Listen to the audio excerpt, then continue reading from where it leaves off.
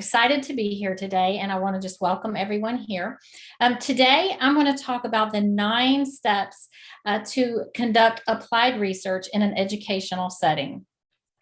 So let's just go ahead and jump in and get started. A little bit of backstory on this is when I started to have a vision to develop an applied research program, I looked through the scholarly literature and I tried to find out what other universities were doing. And what I discovered was that there were a lot of different definitions of applied research.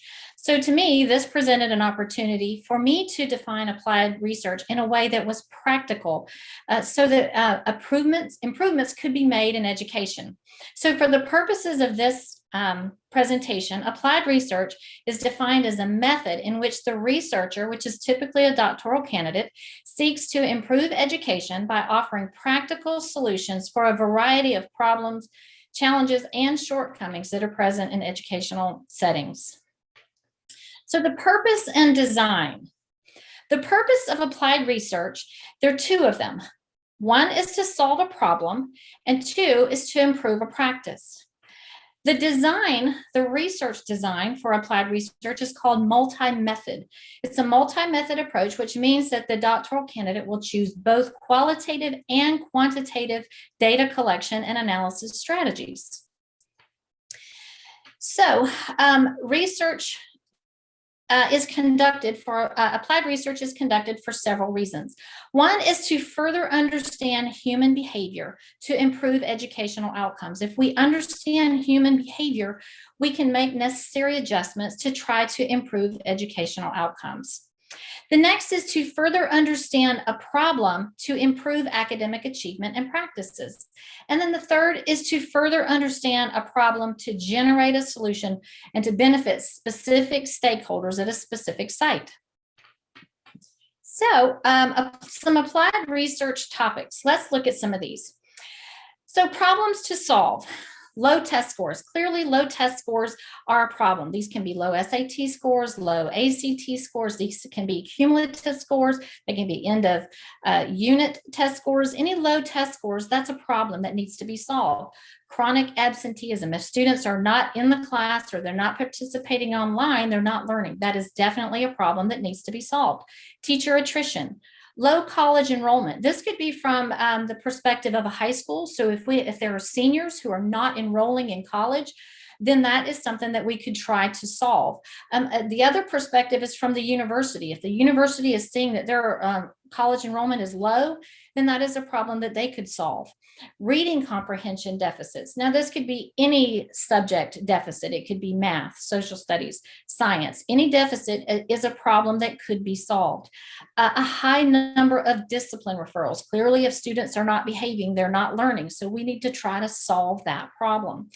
Bullying. If students are being bullied or they are bullying others, then they're not learning. And so we want to do what we can to try to help these students to solve this problem. So these are a few of the problems that could be solved. Now let's look at some practices that could be improved. Co-teaching. No matter how well co-teaching is going at a school, it could be improved. Online learning right now, clearly a hot topic. How can we improve online learning? Differentiated instruction, technology integration, communication. Currently, there's a challenge for communication between the teachers and English language learners. And not only that, communication between the teachers and English language learner parents. So we have several studies going on right now trying to improve the practice of that communication. The communication, of course, could also be from a school district to the administration, or administration to teachers, or teacher to teacher communication. But communication is a practice that could be improved. Parental involvement. Designing student schedules. There may already be a process in place for designing student schedules, but maybe this process needs to be improved. So we can use applied research to try to improve that practice. Special education identification procedures. Again, there may already be a procedure in place, but could it be improved? Assessment practices, curriculum design, curriculum mapping, supporting military transitioning families in an educational setting. All of these are practices that could be improved through the applied research process. So let's go over real quickly steps to follow to conduct applied research. There are 9 steps, and these are not like in order, but they are kind of cyclical and overlapping. But this is the general guide that will get a candidate from the beginning of the process to the end. So step 1 is to determine a study site. They need a specific site where they can conduct this research. To define the problem. Step 3 is to consider the feasibility. Step 4 is to write the proposal. Step 5 is to present and defend the proposal. Step 6 is to consider the logistics. Step 7 is to collect data. Step 8 is to write the final research report or dissertation. And step 9 is to present and defend the final applied research report or dissertation. So now let's look at each one of these steps in more detail. So step 1 was to determine a study site. Possible sites would include an elementary school, a middle school, a high school, an alternative school, a college or a university, an online school, a homeschool organization, a trade school, or a school district. We could further clarify this by conducting applied research in a classroom or a special education department or a media center, a college and career center, a disability services department, or other educational settings. So the first step is to determine where the research will be conducted. So step 2 is to define the problem. So a problem needs to be identified, or a practice needs to be identified that can be improved. The doctoral candidate can do this in a couple of ways. The first way is many of the doctoral candidates will already be educators. They'll be teachers or they'll be administrators and they'll be working on their doctorate. So if they're in an educational setting, they may already know of a problem that needs to be solved at their school. For example, the low test scores. If they know that their test scores are low, they can approach the administration or the gatekeeper, as we call it. The gatekeeper is the person who has the authority to grant permission to conduct the research. In some institutions, it would be a principal. In others, it might be the superintendent, and yet in others, it might be a research committee at the district level. So the candidate would find the appropriate gatekeeper to seek that permission. So if they approach that person and they get permission to conduct the research on low test scores, then that is defining the problem, the low test scores. Another way that a candidate can find a problem or a practice to solve or improve is to actually approach administration. So not every candidate is going to be in an educational setting. So they could go to administration at a school or in an educational setting and say, I am conducting applied research for my doctoral program, and I need to either solve a problem or improve a practice. Do you have something that I can do here through the research process to solve a problem or improve a practice? So step 2 is to clearly define the problem or identify the practice that needs to be improved. So step 3 is to consider the feasibility. Feasibility is the likelihood of the research being accomplished in terms of time, money, accessibility, participants, and expertise. So time, the candidate needs to consider that schools have holidays, for example, summer and Thanksgiving and the Christmas season.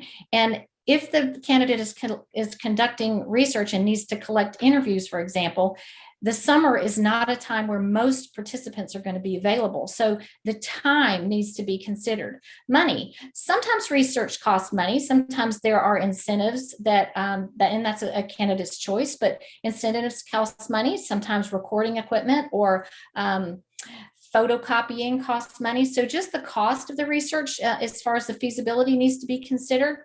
The accessibility. A candidate must have a site and they must have participants that they have access to in order to conduct this research. It's not hypothetical research. It's a site-specific research. And so a candidate needs to have that access. Participants, they need to have the appropriate number of participants. So when they're considering where to conduct their research, They need to know, do they have enough participants available for them? Also, if minors are going to be interviewed, for example, or if they're going to be surveyed, then the candidate needs to consider what the ethical considerations are as far as the participants go. And then the expertise. If a candidate approaches an administration, for example, and the administration says, well, we do actually have a problem here that you could solve. We're having a difficult time with our special education department with identifying students with special needs.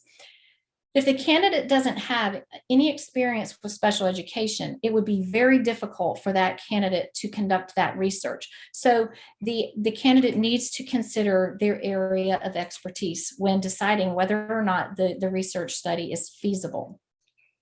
So step 4 is to write the proposal. So the site has been secured and the problem has been identified. So now the candidate is going to write their proposal. The proposal is the manuscript that is presented to either a mentor or a chair and possibly the IRB committee or a research committee to communicate the details of their proposed research to solve a problem or to improve a practice.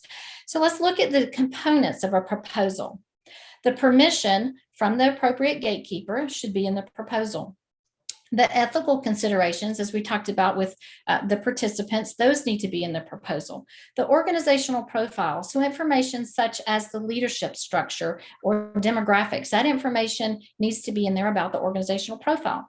An introduction, a very clearly defined introduction to the problem. And then the significance of the research. Who is this significant to? What difference will this research make? Which participants, which stakeholders will this research make a difference to? The purpose statement needs to be included, and then the research questions, and then the definitions that are relevant to the study. Additionally, in the proposal needs to be the literature review. This is a current review of the scholarly literature, including a theoretical framework and a narrative review. This is the candidate's opportunity to present a synthesis of the current scholarly literature regarding the topic that they're researching. And then the proposed details of the data collection procedures. All of this will be included in their proposal. So step 5 is to present the proposal. This would be presented to either a mentor, a chair, a research committee. This would be determined by the institution. But you see here, the first picture is indicative of a manuscript. This is written in manuscript format. And once that is approved, then the doctoral candidate has an opportunity to present a PowerPoint presentation, which is a visual and verbal representation of the manuscript in defense of and in presentation of their proposal. So this is telling their mentor or their chair, this is what I plan to do to conduct my research. This is my research plan. So the candidate will present their proposal. Step 6 is to consider the logistics. Logistics essentially means revisiting the feasibility, but with more detail. So logistics, they're the requirements that pertain to managing people. So for example, if a candidate is going to interview someone online, they need to ensure that each participant has access to the online platform and also knows how to navigate that platform. Securing facilities. So if they're going to conduct interviews in a building, they need to know that there's some degree of comfort and privacy for both the participant and the interviewer. And then obtaining supplies, whatever supplies are needed, whether it's recording equipment or a survey, all of those things need to be reconsidered at this point before actually going out and collecting the data. So that is step 6. Step 7 is to go out and collect the data. Now, it was mentioned earlier that the data collection is a multi-method approach. So there are essentially 6 data collection approaches included: interviews, a focus group, quantitative surveys, qualitative questionnaires, observations, or documents. Each candidate will choose 3 of these 6 methods, ensuring that they do include both qualitative and quantitative data collection methods. Step 8 is to write the final applied research report or dissertation. So this will include all of the collected data and the analysis, and that will be written up in the findings and the recommendations. And then the final step is to present the final applied research report. This looks just like the proposal. The proposal will focus on what is going to be done in the research process. And the final applied research report defense is going to focus on what was actually done. What were the findings? What were the recommendations to solve the problem? So some specific outcome examples. A little bit of history here. In 2019, the fall of 2019 is when this program, the Applied Research Program, was initially implemented. It was implemented with 33 doctoral candidates. As of September of this year, 2021, we have 3,055 candidates in the program. It's been vastly popular. It's very practical. Teachers love this research because most of the educators, they already know a problem that exists. This gives them a platform to get to solve a problem or improve a practice that they already are aware of. So some of the outcomes that we have seen through this process is we've seen positions created to support learning. There have been candidates who've had a problem. They know that there's work to be done, but there's not enough personnel there to support that. So there have been positions that have been created to support that learning. A lot of professional development. Since many of these are administrators or teachers that are conducting this research, they know that professional development may not be all that exciting to teachers who are already overwhelmed. But what I've seen them do is they become creative in deciding how they can get buy-in. So some, for example, have recommended professional development that is watching a 3-minute video, but they do it once a week for 6 weeks in a row. Well, that to many educators is much more appealing than meeting on a Thursday afternoon, in a conference room for an hour and a half and listening to someone talk when we have other things to do. So the beauty of this is that we're seeing very creative solutions from teachers and educators who are already in the field. Another one is positive behavior and intervention supports. We've seen that some schools have already had this implemented, but it may have fallen by the wayside and may need to be improved. We've seen it improve, but we've also seen candidates who've said, we don't even have this in our school. We need to implement this in our school, which is wonderful. New technology integrated. We've seen new technology integrated into classrooms, but we've also seen where in some schools they have this one-to-one technology. The students have a tablet or a laptop, but they're not using them. And so through the applied research process of looking at the literature, seeing what the scholarly literature says, and then interviewing teachers and surveying teachers and administrators and maybe doing a focus group. They've collected all this data, they've analyzed it, and now they've figured out a practical way to use this one-on-one technology to where it actually benefits the students' learning. Professional learning communities. This has been a real popular one lately, just implementing professional learning communities. Another outcome, which this was kind of a side to the process, was that since we had candidates who were in the schools and they're improving practices, are really solving real problems and they're improving practices. Some of these are teachers, and through this process, their administration has been kind of watching them, seeing what they're doing and observing them. And we've had administrators say, I've been an administrator for 20 years and I've never sat down and interviewed a teacher. But after seeing the outcome of this applied research project, before I make some decisions, in the future, I'm actually going to sit down and have conversations with teachers to find out how to solve some of these problems. And then administration's increased use of data to make decisions. As educators, we all have this leadership ability about us. And many of us, we know the problem, we know how to solve it. But through this applied research process, we're actually looking for how other people would solve it. So it becomes more of a corporate decision of how we should solve this problem rather than just an individual opinion about how to solve a problem. And so we've seen administrators increase their use of data to make decisions. Now, there are a couple of books that we wrote specifically for students to support them in this process. The first is called A Step-by-Step Guide to Conducting Applied Research in Education. And the second is A Step-by-Step Guide to Writing a Literature Review for Doctoral Research. So this is the first book here. You see that the step-by-step guide to conducting applied research in education. And it is literally a step-by-step guide. We wanted to take the guesswork out of earning the doctorate, and we wanted to have the candidates focusing specifically on skills that we wanted them to take beyond the doctorate that they're going to earn. We wanted them to focus on collecting the data, analyzing the data, reviewing the scholarly literature. And it was through this book that we wrote that allows them to do that.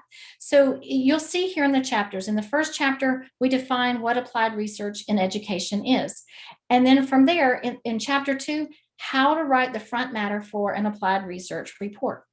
And then chapter 3, how to write the introduction. Chapter 4, how to write a literature review. Now, this is a brief chapter on how to write a literature review because candidates do need to know how to do that. But we also wrote a book that goes into much greater detail because we found that that was a need. And then you'll see chapter 5 is interviews, 6 is focus groups, 7 is quantitative surveys, 8 is qualitative questionnaires, 9 is observations, 10 is documents. We walk the candidates through what we want them to do, how to do it, and then we give them examples in every single chapter. And then chapter 11, you'll see, is how to write the findings. This is a very important chapter. They're going to combine their data analysis with their literature review, and they're going to present their findings. What did they find out while they were collecting data and in their literature review, and how does that compare? And then chapter 12 is how to write the recommendations for the applied research report. Not only what are you going to recommend be done, but there are a lot of steps in there that they're to follow to talk about things like the logistics, the timeline, when will this be implemented, how will it be implemented, what are the roles and responsibilities of the other educators that are involved in this process. So the recommendations is the findings and the recommendations, that's like the culmination of all of their research. And then, of course, most doctoral candidates want to see, well, I need an example. What is this supposed to look like? So we supply them with an example. Chapter 13 is an applied research report or dissertation example. And then chapter 14 is the template. Many of them say, well, this is great, but where do I start? You start with the template. And so we give that to them. The book also has 24 short videos to further the learning throughout the chapters. And it also comes with quiz bank questions for institutions that just help with assignments that helps to reinforce the learning. You'll see this is an example, and you're not meant to read all this, but this is an example that comes from the book. So you'll see here, this is how to write an abstract. We walk the candidate through how you write an abstract. We give them, even here, you'll see it's almost like a fill in the blank. The purpose of this study was to provide recommendations to solve the problem of, and then at the site, and then a general geographic location. So we give them the kind of the template here. We continue to tell them what we want them to write, and then we give them an example. Here's an example of an abstract. And then for each section, we also have a checklist. So for the abstract, we tell them very specifically, we want the purpose statement, we want the problem statement, we want the rationale, the central research question, the 3 forms of data collection and corresponding data analysis, the recommendations, and the keywords. And then we give them a little bit more guidance here that it's approximately 250 words. If you don't give them that guidance, we found that you might have an abstract that's 2.5 pages long. So we give them those parameters. Does not include references or quotes, is not indented, is written in accurate tense. So it might be past tense, or it might be present tense or future tense, depending on where they are in the study. And then the second book that we wrote, we learned after writing the first book, we learned that candidates still had a really hard time writing a literature review, that it was a true synthesis of the literature. So we wrote this book for them. The first chapter is, what is a literature review? And then steps for writing a literature review, and then how to locate and identify scholarly sources. Many candidates want to use dissertations in their literature review, so we steer them away from that. We teach them, how do you find the current scholarly articles. And then paraphrasing, summarizing, and synthesizing. We found that doctoral candidates are wonderful at summarizing the journal articles, but this isn't meant to be a summary of a lot of journal articles. This is meant to be a true synthesis. How does this study compare to this study? How do these two studies compare to other studies? So then we follow that up with an entire chapter on how do you synthesize the related literature. And then for them to begin the process, we want them to start with an outline. Many doctoral candidates will skip this step. We really emphasize you cannot skip this step. It's very important. It's like going on vacation without a plan. If you don't have a plan, you might end up anywhere. This is the same thing. You have to have an outline to guide you. Yes, your outline will change as you learn more information. That's okay, but you have to start with an outline. From there, we teach them how do you write a theoretical review? How do you choose a theory? And how do you use that theory to explain your research?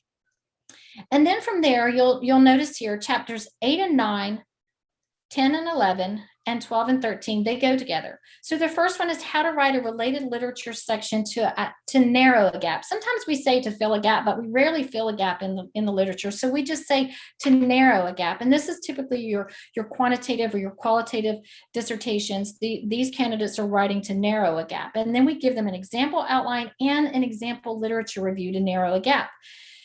And then you'll see here we have how to write a related literature section to solve a problem. There's different verbiage that you're going to use in a literature review when you're trying to solve a problem versus when you're trying to narrow a gap. Those are two different things. They're similar, but they are different. And so we teach them how to do that. And then we provide them with an outline and a literature review example to solve a problem. And then the same thing to improve a practice. We teach them how to write the related literature section to improve the practice, and then we give them an example outline and an example literature review. Future editions of the book that are in the works, we have a step-by-step guide to conducting quantitative research in education, qualitative research in education, and a step-by-step guide to conducting research in communication. So we're very excited about these upcoming editions.